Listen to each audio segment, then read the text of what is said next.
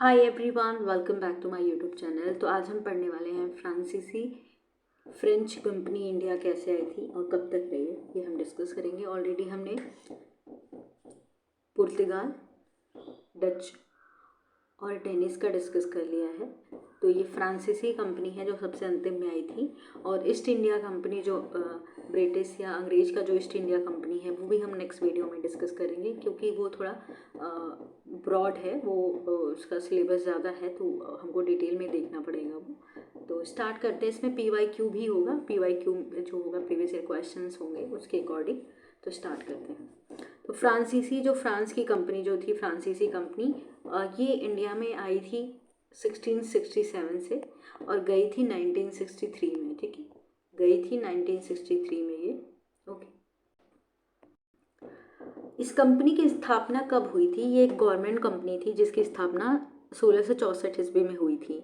France के शासक Louis 14 के समय वाणिज्य मंत्री कोलबर्ट ने एक व्यापारी कंपनी की स्थापना की थी। ये पूछता है कि फ्रांस के शासक कौन थे उस टाइम जब कंपनी की स्थापना हुई थी, तो लुई 4, ये याद होना चाहिए। इस कंपनी का नेम क्या है फ्रेंच में? तो कंपनी दिस इंडेक्स ओरिएंटलेस या कंपनी दी इंड ओरिएंटला, ये फ्रेंच में इसका नाम है। ठीक है, कंपनी का भारत में आगमन कब होता है? भारत में कब आती है ये कंपनी? ये कंपनी भारत में आती है 1667 ईस्वी में, 1667 में आती है। और डच भी भारत से चले गए हैं, क्योंकि देखिए तो 1670 डच भारत से नहीं गया, अभी नहीं गया वो। जब अभी जो हमने प्रीवियस वीडियो में देखा ना, उसमें हमने देखा था कि डच जब चले जाते हैं, डेनिस कैसे चले जाते हैं, तो ये कंपनी का भी हम आगमन देख रहे हैं कैसे होता है। ये भी कंपनी चली जाती है, तो बस अकेले अगर रहती है तो एक पुर्तगाल रहती है जिसका प्रभुत्व तो ज़्यादा रहता नहीं है, और फिर एक कंपनी रहती है ईस्ट इंडिया कंपनी जो कि भारत में राज भी करती है, शासन भी करती है। तो कंपनी का भारत आगमन कब होता है? 1667 में। किसके नेतृत्व में, यानी लीडर कौन रहता है? तो फ्रांसीसी कैरो के नेतृत्व में ये कंपनी भारत आती है। और प्रथम व्यापारिक केंद्र ये कंपनी सूरत में खोलती है। सूरत में कब खोलती है? 1668 में। ठीक है, सूरत में खोलती है। किसके नेतृत्व में? फ्रांसीसी कैरो के नेतृत्व में। ठीक है, द्वितीय व्यापारिक केंद्र इन्होंने स्थापित किया था 1669 में। ठीक है, अभी ये जो हो रहा है, अभी इस टाइम देखिए ईस्ट इंडिया कंपनी भी आ चुकी है। ईस्ट इंडिया कंपनी तो आ चुकी थी, हमने डिस्कस किया था।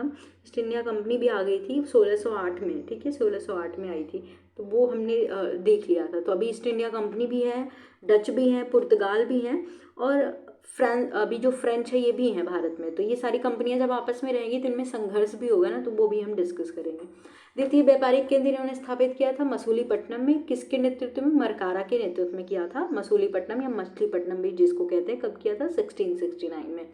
वर्ष 1673 ईस्वी में, यानी 1673 में फ्रांसिस मार्टिन ने गोलकुंडा के वालीकोंडापुरम के सूबेदार जो थे वहाँ पे शेरखा लोधी से जो पुडुचेरी नामक स्थान, जो गांव था, उसको खरीद लिया था। यही पांडिचेरी नामक फ्रांसीसी व्यापारिक मुख्यालय बना। अब ये जो पुडुचेरी था इसी को अपना मुख्यालय इन्होंने बनाया था। तथा 1701 ईस्वी में फ्रांसीसी मार्टिन इसके प्रधान महानिदेशक बने थे या प्रथम गवर्नर बने थे। कहाँ के? पांडिचेरी के या पुडुचेरी जिसको वर्तमान में हम कहते हैं। तो कहाँ के गवर्नर बने थे? पुडुचेरी के गवर्नर फ्रांसीसी मार्टिन बने थे। एंड यहाँ पे एक नोट कर लीजिए, ये इंपॉर्टेंट है, ये प्रीवियस क्वेश्चन से लिया गया है कि अंग्रेज समर्थित जो डच थे, यानी अंग्रेज समर्थित डच जो थे, उन्होंने 1693 ईस्वी में फ्रांसीसियों से पांडिचेरी ले ली थी। तो पांडिचेरी 1693 ईस्वी में ले ली थी पर 1697 ईस्वी में रिजविक की संधि द्वारा इसे वापस लौटा भी दी थी। तो बाद में फिर ये पांडिचेरी अंग्रेजों का हो जाता है। देन बात करेंगे हम फ्रांसीसी व्यापारिक प्रतिष्ठान, कहाँ कहाँ पे इन्होंने अपना केंद्र बनाया, फैक्ट्री स्थापित की, वो हम डिस्कस करेंगे। तो सूरत में सबसे पहले इन्होंने खोली थी 1668 ईस्वी में। अभी हमने ऊपर देखा था ये 1667 में आए थे और 1668 में ये सूरत में ही अपनी फैक्ट्री लगाते हैं। देन मछली या मसूलीपट्टनम में 1669 में, देन संथोमी में 1672 में, कारिकल में 1739 ईस्वी में, पांडिचेरी में ये खोलते हैं 1673 में, और चंद्रनगर बंगाल जो था ये 1673 ईस्वी में, बाद में ये अंग्रेज चंद्रनगर ले लेते हैं। इसके बाद से ही वहाँ का प्लासी का युद्ध भी होता है बंगाल में, आपने देखा होगा, क्योंकि यहाँ किलाबंदी करते रहते हैं अंग्रेज। तो इसको देखिए जो नवाब था वो थोड़ा गुस्से में आ गया था। तो 1673 ईस्वी में चंद्रनगर बंगाल में, और मॉरिशस में भी इन्होंने खोला था 1721 में, और माही जो कि कर्नाटका के तट पे 1725 ईस्वी में। प्रमुख नेतृत्वकर्ता देखें तो फ्रांसीसी मार्टिन जो कि आया था, पांडिचेरी का प्रथम गवर्नर बना था, पहला महानिदेशक बना था। ड्यूमा जो आया था पहला तो इसके देखिए अभी जो हमने देखा ये पांडिचेरी का बनता है महानिदेशक या गवर्नर। ड्यूमा दूसरा, ये पहला गवर्नर बनता है फ्रांसीसी। व्यापार व शक्ति का इसने विस्तार किया, ये शक्ति यहाँ विस्तार लिख लीजिएगा, विस्तार किया, और ये गवर्नर बनता है 1735 ईस्वी में। डुप्ले उसके बाद आता है डुप्ले। तो डुप्ले आंग्ल फ्रांसीसी जो संघर्ष होते हैं आंग्ल और अंग्रेजों के साथ जो लड़ाइयाँ होती हैं वो किसके साथ कब शुरू होती है, 1742 से शुरू हो जाती है, 1746 से। तो ये इसी के टाइम पे हुआ था, डुप्ले के टाइम पे ही। और फिर राजनीतिक हस्तक्षेप, पूर्ण गतिविधियों प्रारंभ तथा सहायक संधि जैसे संरक्षणवादी प्रावधानों का प्रयोग भी प्रारंभ हुआ था इसके टाइम पे, डुप्ले के टाइम पे। तो अभी हम देख लेते हैं कि जब ये आंग्ल फ्रांसीसी संघर्ष हुए थे ईस्ट इंडिया कंपनी के साथ, जो मतभेद हुआ था फ्रांसीसी कंपनी का, उस टाइम भारत में क्या स्थिति थी। तो सबसे पहले देखते हैं उस टाइम मुगल बादशाह कौन था। तो उस टाइम मोहम्मद शाह रंगीला था, ठीक है, मोहम्मद शाह रंगीला बना था 1719 से 1748 के बीच में, ठीक है। तो इसी समय इसका एक सेनापति था, जिसका नाम था चिनकिलिफ खां। तो ये यहाँ से भाग जाता है और ये एक अलग राज्य बनाता है, हैदराबाद राज्य बनाता है 1724 ईस्वी में। तो ये हैदराबाद राज्य का निज़ाम बन जाता है, इसका नाम, जिसको उपाधि मिलती है आसफ जाह निज़ामुल मुल्क। तो हमने देखा ना कि 1700 के बाद क्या होता है, अलग अलग राज्य बनते हैं, कर्नाटक बनता है, फिर हैदराबाद बनता है, अवध बनता है, तो अलग अलग हमने देखा था। तो इसमें ये बनता है, ठीक है। फिर इसकी मृत्यु हो जाती है 1748 में, इसकी मृत्यु हो जाती है। तो जो इसके पुत्र है, इसका एक पुत्र है जिसका नाम था नासिर जंग, और एक और पुत्र था सलार जंग। तो नासिर जंग और इसके पुत्री का एक पुत्र था जिसका नाम था मुजफ्फर जंग। तो ये उत्तराधिकार को लेकर विवाद होता है। तो नासिर जंग, जैसे देखा जाए तो ऑफिशियली नासिर जंग को बनना चाहिए क्योंकि उसका पुत्र था, लेकिन इसका पुत्री का जो पुत्र था, यानी निज़ाम की पुत्री का जो पुत्र था मुजफ्फर जंग, उन दोनों में विवाद हो गया, ठीक है। अब इन दोनों में विवाद हो गया तो अब अंग्रेजों का समर्थन किसको मिला इसी टाइम, क्योंकि ये विवाद 1948 में ही तो शुरू हुआ था, तब अंग्रेज ईस्ट इंडिया कंपनी भी थी और फ्रांसीसी भी थे। और तो देखा जाए तो मुजफ्फर जंग जो था उसको सहयोग मिला था डुप्ले का। सहयोग किसका मिला था, डुप्ले को मिला था, और चांदा साहब, अब ये चांदा साहब कौन थे अभी हम आगे देखते हैं।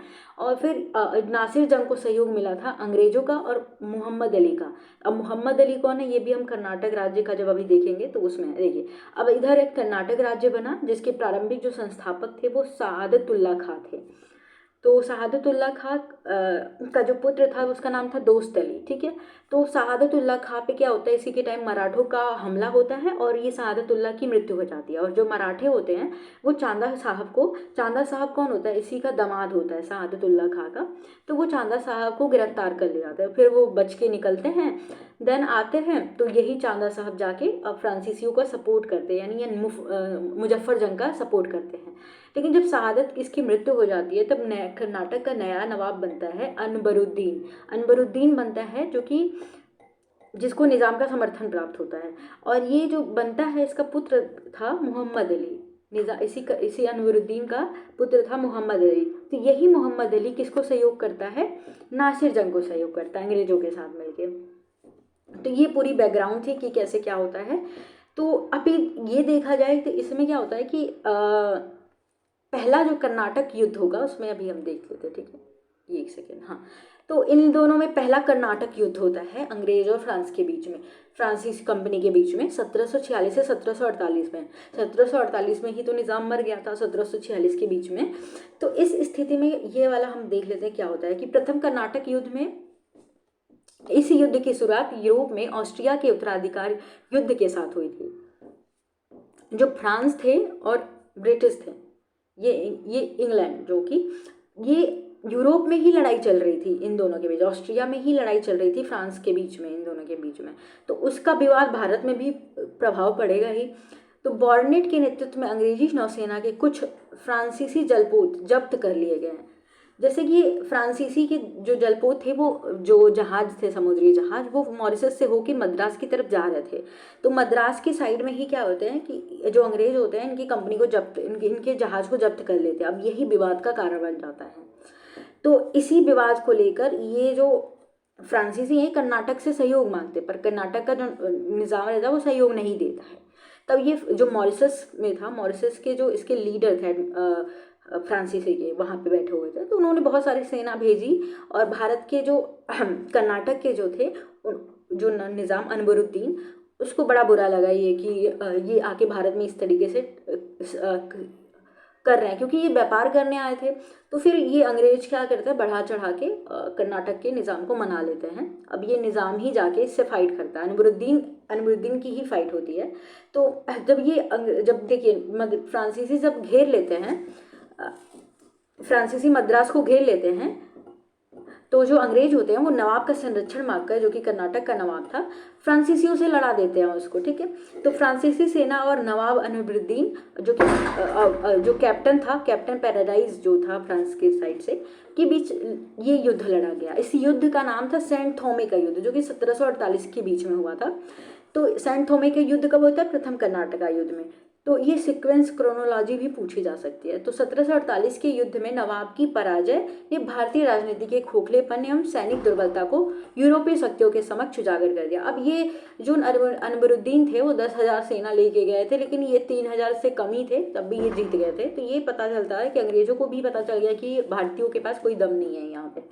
ठीक है, तो अब ये भारत में कब्जा करना चाहेंगे। देन ये युद्ध कैसे समाप्त होता है, ऑस्ट्रिया में, देखिए यूरोप में ही ये उत्तराधिकार को लेकर विवाद चल रहा था। तो वहाँ पे ही एक्स ला सेपेल की संधि होती है 1748 ईस्वी में, और ऑस्ट्रिया के उत्तराधिकार का युद्ध समाप्त हो जाता है। और जैसा कि मद्रास पे फ्रांसीसियों का कब्जा हो गया था, तो शर्त के अनुसार क्या किया गया, मद्रास को अंग्रेजों को मिल गया था, मद्रास इन्होंने अंग्रेजों को दे दिया था। और ठीक है, ये क्लियर हो गया। एंड देन सेकेंड कर्नाटक युद्ध की बात करते हैं। तो सेकेंड कर्नाटक युद्ध जो हुआ था 1749 से 1754 के बीच में चला था। यहाँ पे निज़ाम मुल्क आसफ जहाँ की मृत्यु जब हो गई थी 1948 के बाद, जो कि हैदराबाद का निज़ाम था, तो उसकी मृत्यु हो गई थी। तो उसके पुत्र नासिर जंग और उसके उत्तराधिकार बना, परंतु उसके भांजा जो था मुजफ्फर जंग से उसके दावे को लेकर चुनौती हुई, उत्तराधिकार को लेकर विवाद हुआ, जो कि मैंने आपको ऑलरेडी बता दिया था। तो मुजफ्फर जंग, चंदा साहब और डुप्ले की संयुक्त सेनाओं ने 1749 ईस्वी में कर्नाटक के नवाब अनवरुद्दीन को अंबूर के युद्ध में पराजित कर मार डाला। अब ये अनवरुद्दीन फिर आता है इसी युद्ध में, फिर कर्नाटक का युद्ध होता है। अब इसमें ये इनका खेल खत्म हो जाता है, अनवरुद्दीन का, जो कि कौन सा युद्ध होता है, अंबूर के युद्ध में ये पराजित करके मार डालते हैं, और कर्नाटक पर चंदा साहब की अधिकार हो जाता है। ठीक है, अधिकार होने के बाद मोहम्मद अली भी बनता है। ठीक है, अब ये चंदा साहब, देखिए चंदा साहब तो हैं, इन्होंने अर्काट का जो किला है उस पर कब्जा कर लिया था। तो अंग्रेजों ने क्या किया, अर्काट प्रकरण का सहारा लेकर चंदा साहब की हत्या करवा दी। तब अब ये रॉबर्ट क्लाइव आ जाता है यहाँ पे, देखिए रॉबर्ट क्लाइव आ जाता है। अर्काट का युद्ध आपने सुना होगा, तो रॉबर्ट क्लाइव का रोल यहाँ बहुत इंपॉर्टेंट हो जाता है। इसके बाद ही क्लाइव फेमस हो जाता है, उसके बाद प्लासी का युद्ध होता है।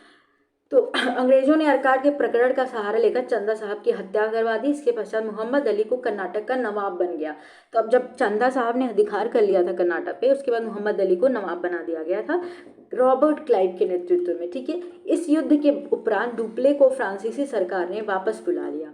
अब इस युद्ध के बाद फ्रांसीसियों ने डुप्ले को वापस बुला लिया था, और गोडहू जो था उसको पांडिचेरी का गवर्नर बनाकर भेजा। गोडहू को पांडिचेरी का गवर्नर बनाया। तो गोडहू ने अंग्रेजों से पांडिचेरी की संधि कर ली। अब ये गोडहू जो था अंग्रेजों से क्या कर लेता है, पांडिचेरी की संधि कर लेता है 1755 ईस्वी में। ठीक है, 1755 ईस्वी में पांडिचेरी की संधि कर लेता है गोडहू जो था। तो इसके बाद कर्नाटक का तृतीय युद्ध क्या होता है वो भी हम देख लेते हैं।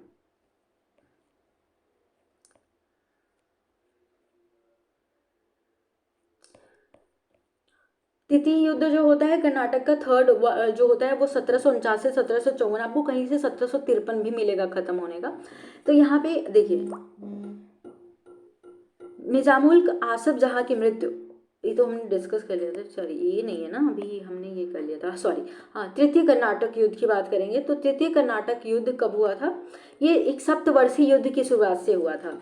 अब ये शुरू कब हुआ था? देखिए 1756 से शुरू होगा, 1756 से होगा और 1763 तक चलेगा, और लास्ट में 1763 में पेरिस की संधि होती है जो कि यूरोप में होती है। तो उसके बाद ये युद्ध समाप्त हो जाता है। तो सप्तवर्षीय युद्ध के कारण होता है। सप्तवर्षीय युद्ध क्या होता है? 7 वर्षों तक जो युद्ध चला होता है, तो उसकी वजह से होता है। तो यहाँ पे हम डिटेल में पढ़ लेते हैं कि 1756 ईस्वी में यूरोप में सप्तवर्षीय युद्ध की शुरुआत के साथ ही भारत में तृतीय कर्नाटक युद्ध की शुरुआत हो गई।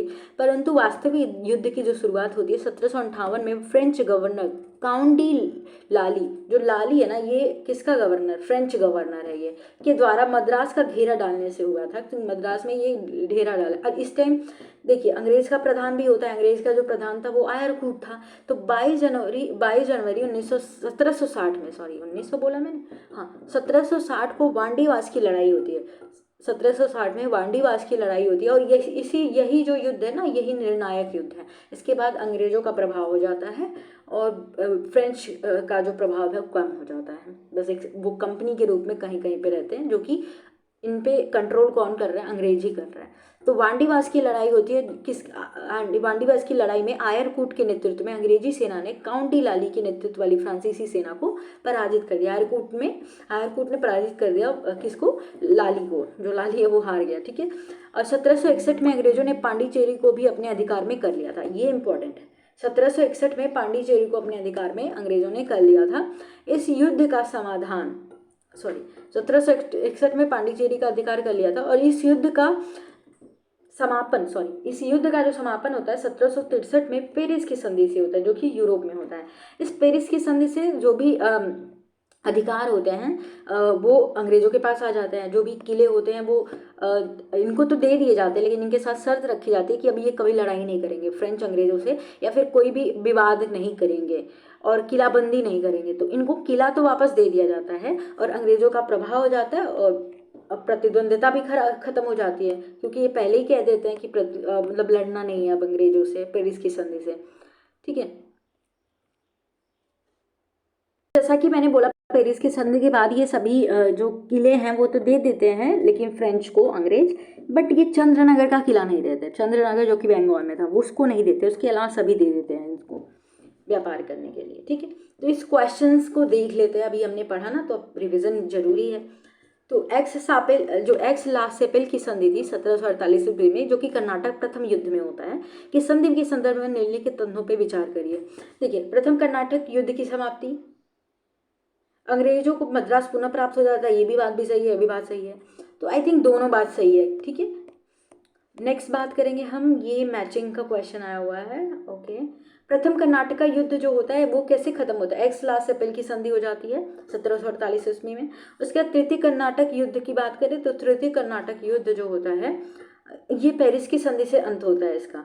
कहाँ पे? 1763 में यूरोप में होती है। द्वितीय कर्नाटक युद्ध जो होता है, ये द्वितीय कर्नाटक युद्ध में क्या होता है? हाँ, अनिर्णायक निर्णय युद्ध होता है, मतलब अनिर्णायक युद्ध होता है। और प्रथम मैसूर युद्ध ब्रिटिश की हार हो जाती है, ठीक है। तो ये चौथा आंसर हो जाएगा। नेक्स्ट क्वेश्चन देख लेते हैं। पांडिचेरी, हाँ लिख, सूची 1 और सूची 2 के साथ सुमेलित कीजिए तथा सूचियों के अंत में दिए गए कुछ कूट दिए गए, उसको सही उत्तर चुनिए। देखिए पांडिचेरी जो था वो तो फ्रेंच के पास था, तो पांडिचेरी फ्रेंच। गोवा पे पुर्तगालियों का अधिकार था, और यहीं पे आपने यूनिफॉर्म सिविल कोड का नाम सुना ही होगा। यूनिफॉर्म सिविल कोड आर्टिकल 44 आपको देखने को मिलेगा, ठीक है। अभी उत्तराखंड में भी आ गया है, पहले गोवा में ही था सबसे पहले। एंड देन मद्रास में हाँ एक सेकेंड, हाँ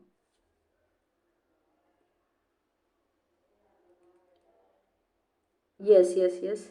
तीसरा त्रैम्बकोर पे डेनिस, हाँ त्रैम्बकोर डेनिस डेन हो जाता है, और यही मद्रास आपका डच हो जाएगा, ठीक है। तो ये आंसर हो जाएगा दूसरा। नेक्स्ट क्वेश्चन बात करेंगे,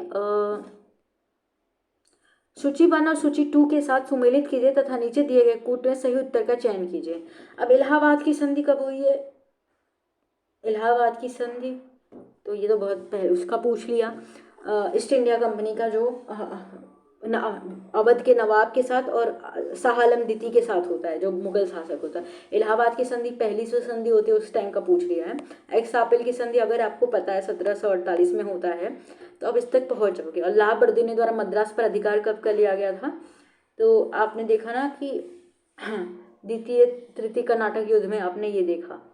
तो इसका आंसर, ये क्वेश्चन का आंसर पहुंच जाओगे, क्योंकि बी का तीसरा अगर जिसमें भी है तो इसमें ही है, तो उसमें पहुंच जाओगे। तो इस बार मैच कर लेते हैं, इस तरीके से मैचिंग करना थोड़ा डिफिकल्ट होता है। इलाहाबाद की संधि की बात करें, इलाहाबाद की संधि 1765 ईस्वी में होती है, जो कि इलाहाबाद की संधि पहली और दूसरी दोनों होती है 1765 ईस्वी में, ठीक है, बस डेट अलग है। जो कि नवाब के साथ एक होती है, एक शाह आलम द्वितीय के साथ, तो 1765 ईस्वी में होती है, ठीक, ईस्ट इंडिया कंपनी के साथ और इनके साथ जो बक्सर का युद्ध होता है। एक्सापिल आपको पता है कि कब है, 1748 हो गया, ठीक है। और इसके बाद पूछा है कि ला बर्दोनी द्वारा मद्रास पर कब्जा कब किया गया था, तो ये आपका हो जाएगा 1746 ईस्वी में। और डुप्ले की पदच्युति कब होती है, 1754। इसको दूसरे युद्ध में जब बुला लिया जाता है, गढ़ू को भेजा जाता है, तभी युद्ध है, तो ये आंसर सही हो जाएगा। ओके, नेक्स्ट क्वेश्चन है वांडीवास के युद्ध 1760 में वांडीवास का युद्ध कब होता है, द्वितीय कर्नाटक युद्ध में होता है।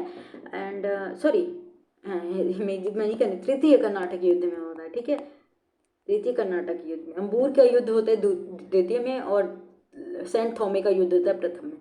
फ्रेंच और ब्रिटिश को हराया, ब्रिटिश ने डच को हराया, ब्रिटिश ने फ्रेंच को हरा दिया था, ठीक है, ब्रिटिश ने फ्रेंच को हरा दिया था, यही सही है, ब्रिटिश ने फ्रेंच को हराया था। सो यस, ब्रिटिश ने हरा दिया था, तभी तो वांडीवास के युद्ध में पेरिस की संधि भी होती है और अंग्रेजों का प्रभुत्व स्थापित हो जाता है, प्रभाव स्थापित हो जाता है, तो ये सही है, ठीक है। और 1763 में पेरिस की संधि होती है। आई होप आपको ये क्लियर हो गया होगा।